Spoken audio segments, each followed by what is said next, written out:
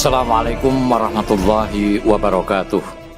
Bismillahirrahmanirrahim. Alhamdulillahirabbil alamin. Wassalatu wassalamu ala asyrafil anbiya wal mursalin sayyidina wa maulana Muhammad wa ala alihi wa ashabi ajmain, amma ba'du. Selamat bertemu kembali dengan saya Muhammad Ajib di channel Kampung Ilmu. Channelnya orang-orang yang tetap istiqomah mencari ilmu. Pada kesempatan ini saya akan meneruskan pelajaran ilmu nahwu yang ke-36 yang akan membahas takdimul khobar wujuban, wajib mendahulukan khobar atas mubtada. Sebelum saya lanjutkan pelajaran nahwu ini, saya ingin ulang sebentar pelajaran yang sudah lalu, bahwa susunan mubtada khobar jika dilihat dari urutannya seperti yang ada di dalam kitab-kitab itu, ada beberapa macam. Ada yang mubtada kemudian disusul khobar. Ada yang mubtada, ada kalimat lain, terus baru ketemu khobarnya. Ada yang khobarnya dulu, terus baru ketemu mubtadanya. Bahkan ada yang cuma khobar saja, sedangkan mubtadanya itu tidak kelihatan, tapi bukan berarti mubtadanya tidak ada. Mubtadanya ada, hanya saja tidak nampak atau dibuang. Contoh yang mubtada khobar secara langsung ya Zaidun naimun, Zaid sedang tidur. Antara Zaid dan naimun langsung berurutan. Zaidun fil masjidi naimun, ini mubtada Zaid, Zaid mubtada, naimun khobar. Antara mubtada dan khobar ada kalimat lain yang memisahkannya. Ini sering terjadi di dalam kitab-kitab susunan seperti ini.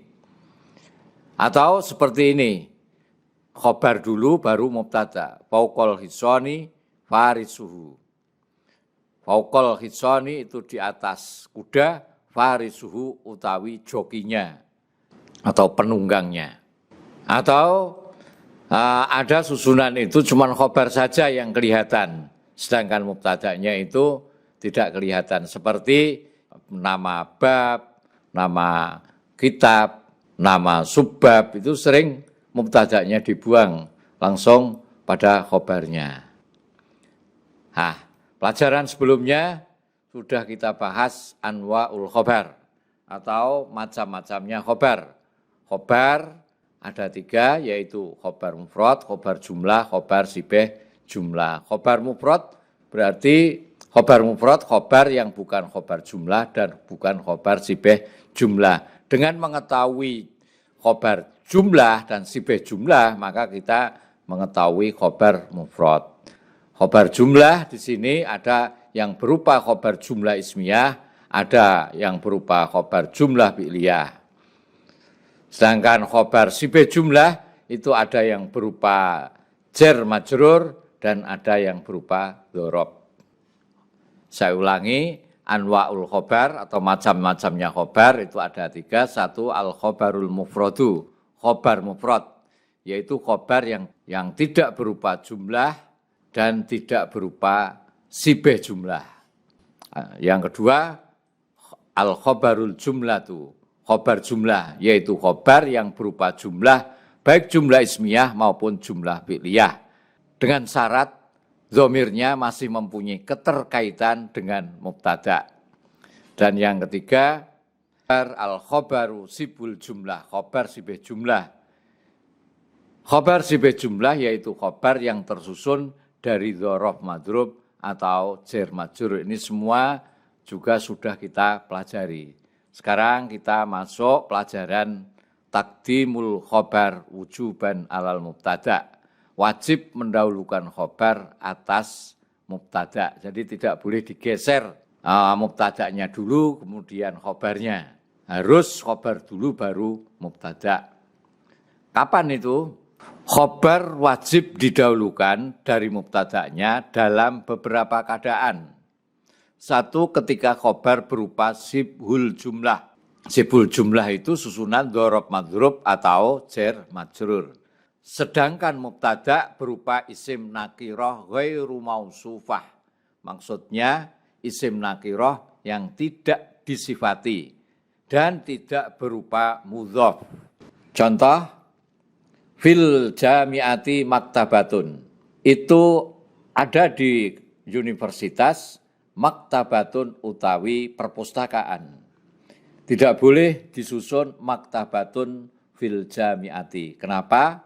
Karena maktabatun itu mubtada berupa isim nakirah ghairu mansufah. Sedangkan khobarnya berupa sibeh jumlah. Dalam hal ini berupa jar majrur. Fauqat tawilati kitabun. Di atas meja kitabun ada kitab. Tidak boleh disusun kitabun fauqat tawilati. Kenapa? Karena kitabun ini menjadi mubtada berupa isim nakirah ghairu mausufah, sedangkan khobarnya berupa sibeh jumlah. Dalam hal ini berupa dzaraf. Fauqal ardi samaun. Di atas bumi ada langit. Kata samaun ini menjadi mubtada berupa isim nakirah ghairu mausufah, sedangkan khobarnya berupa sibeh jumlah karena berupa dzaraf madrub. Nah, kecuali kalau lafal as-samaun itu dijadikan makrifat, misalnya kita beri alif lam menjadi as-sama'u fauqal ardi, itu boleh. Jadi kalau itu boleh disusun fauqal ardi as-sama'u atau as-sama'u fauqal ardi. Tapi kalau samaun begini saja, maka harus wajib menjadi mubtada yang diakhirkan. Indana atfalun. Di sisi kami atfalun ada beberapa anak-anak. Indana dzaraf menjadi khobar, atfalun menjadi mubtada. Tahtal ardi ma'adinu. Tahtal ardi di bawah bumi ma'adinu ada tambang-tambang. Indi dinarun. Indi itu di sisi kami maksudnya saya memiliki dinarun dinar. Fi baitina rajulun. Fi baitina itu ada di rumah kami rajulun seorang laki-laki. Fil bustani syajarun. Di taman syajarun ada pohon. Nah, ini contoh. Misalnya fil bustani syajarun. Ini kalau di i'rab itu diuraikan. Kalimat itu diuraikan. Fil bustani ini merupakan khobar sibu jumlatin yang berupa jar majrur. Fi mahalli raf'in. Kedudukan posisinya itu mahal rafa karena sebagai khobar yang didahulukan. Syajarun. Syajarun ini mubtada, muakhorun yang diakhirkan, marfu'un yang dibaca rafa. Alamatuhu alamatnya syajarun tanwinud dhammi. Ditanwin dhammahnya. Yang kedua khobar wajib didahulukan yaitu ketika khobar berupa isim-isim yang harus diletakkan di depan. Seperti isim istifham. Jadi ada beberapa isim yang letaknya di dalam susunan kalimat itu harus ditaruh di depan. Antara lain adalah istifham ini. Nah, kalimat yang harus ditaruh di depan itu posisinya menjadi khobar yang harus didahulukan. Contoh, mata as-safaru. Mata itu kapan? As-safaru utawi pergi. Aina itu di mana al-mafaru tempat berlari. Ma itu apa? Ismuka utawi namamu. Kam berapa umruka utawi umurmu. Mata itu kapan? Al-imtihanu ujian. Kaifa itu bagaimana haluka utawi keadaanmu. Nah, kalau kita ingin menguraikan atau mengi'rab misalnya mata as-safar seperti ini. Mata as-safaru, mata ismun istifhamun mabniun ala sukun fi mahalli raf'in khobarun muqaddamun. Mata ini adalah isim istifham mabni sukun mahal rafa. Kenapa mahal rafa? Karena sebagai khobar yang didahulukan daripada mubtada'nya. As-safaru mubtada'un muakhorun marfu'un. Lafal as-safaru ini menjadi mubtada yang diakhirkan, yang dibaca rafa. Alamat rafa'nya adalah dhammah. Mengapa kok diberi dhammah?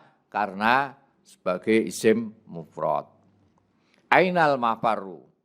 Aina ismun istifhamun mabniun alal fathi. Jadi aina ini merupakan isim istifham mabni fathah. Fi mahali raf'in, mahal rafa. Mengapa kok mahal rafa? Khobarun muqaddamun. Pakai khobar muqaddam. Al mahfaru mubtadaun marfu'un muakhkharun alamatu rafi'i adz-dhammah. Kata al mahfaru menjadi mubtada hukumnya rafa, dan mubtada itu posisinya diakhirkan daripada khobarnya. Alamatnya mubtada adalah dhammah, alamat rafa'nya mubtada dhammah karena berupa isim mufrad. Yang ketiga, khobar wajib didahulukan daripada mubtada'nya, yaitu ketika mubtada bertemu dengan dhamir yang kembali kepada khobarnya. Saya ulangi, khobar wajib didahulukan. Yang ketiga adalah ketika mubtada bertemu dengan dhamir, yang dhamir itu kembali kepada khobarnya. Contoh fil mazro'ati hariswa. Fil mazro'ati itu ada di ladang, harisuha utawi penjaganya. Di sini al mazro' ini ada dhamir ha. Ha ini kembali kemana? Ha ini kan mu'anas, berarti kembali kepada kalimat yang mu'anas. Yang mu'anas ini al mazro'ah.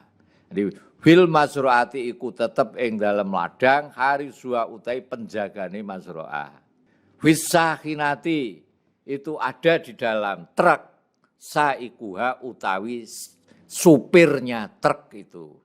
Fissahinati utawi iku tetep ing dalam truk, saikuha utawi supire sahinah.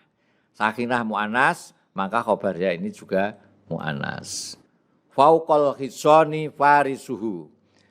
Iku tetep ana ing dhuwure jaran, farisuhu utawi penunggangnya. Dan ini ada dhamirnya berbentuk muzakkar, hu. Nah, hu ini kembali kepada hison. Menjadi mubtada, bertemu dhamir, ini faris, bertemu dhamir hu. Yang dhamir itu kembali kepada khobar, yaitu hison. Amamal ammarati, itu tetap ing dalam depannya gedung, harisuha utawi penjaganya ammarah. Di sini ada mubtada bertemu dengan dhamir, dhamirnya mu'annas, maka harus kembali kepada khobar yang juga mu'annas. Nah ini kata ammarah mu'annas. Indat tifli ummuhu wa abuhu. Indat tifli itu ada di samping anak, ummuhu utawi ibunya tifli, wa abuhu dan bapaknya tifli. Ummuhu ini menjadi mubtada bertemu dengan dhamir, dhamirnya hu berarti muzakkar, maka kembali kepada lafal sebelumnya, yaitu khobar, yang khobar itu juga harus berbentuk muzakkar, karena dhamir itu harus kembali kepada kalimat yang sesuai dengan dhamir itu. Kalau dhamirnya mu'anas kembali kepada kalimat mu'anas, kalau dhamirnya muzakkar kembali pada kalimat yang muzakkar. Nah ini misalnya kita ingin uraikan fil mazro'ati hariswa, kita i'rab. Fil mazro'ati sibu jumlatin. Kata fil mazro'ati ini merupakan sibilah jumlah. Jarun wa majrurun karena berupa jar majrur. Fi mahali raf'in. Ini fil mazro'ati itu mahal rafa. Kenapa? Khobarun muqaddamun karena sebagai khobar yang didahulukan, dan khobar itu kan rafa. Harisun mubtadaun muakhkharun. Ini harisun sebagai mubtada yang posisinya diakhirkan daripada khobarnya. Alamatnya dhammah. Mengapa?